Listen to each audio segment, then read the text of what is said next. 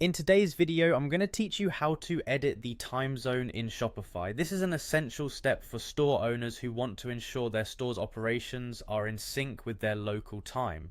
Whether you're running promotions, updating inventory, or simply tracking orders, having the correct time zone setup is crucial. First, you'll want to start by heading to your Shopify admin dashboard. This is the central hub where you manage everything related to your store, from products to settings. Once you're there, look for the Home tab or directly use the URL for your store's admin dashboard. The Home section is your gateway to all the essential administrative settings you'll need to configure your store just the way you like it. Next, you need to locate the Settings option. You'll typically find this in the lower part of the left-hand navigation pane on your Shopify dashboard. Give that a click to open up all the different configurations you can manage for your store.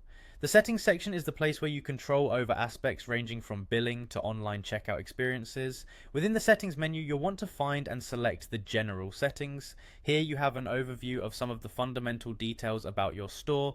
It's where you'll manage your store's name, address, and yes, the time zone. Now, once you're in the general settings, scroll down until you come across the section labeled Standards and Formats. This is where your store's time zone settings reside.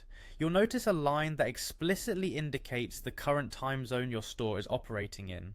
Click on this line to open up your time zone options. After clicking on the current time zone, you'll have the opportunity to select the time zone you want for your store.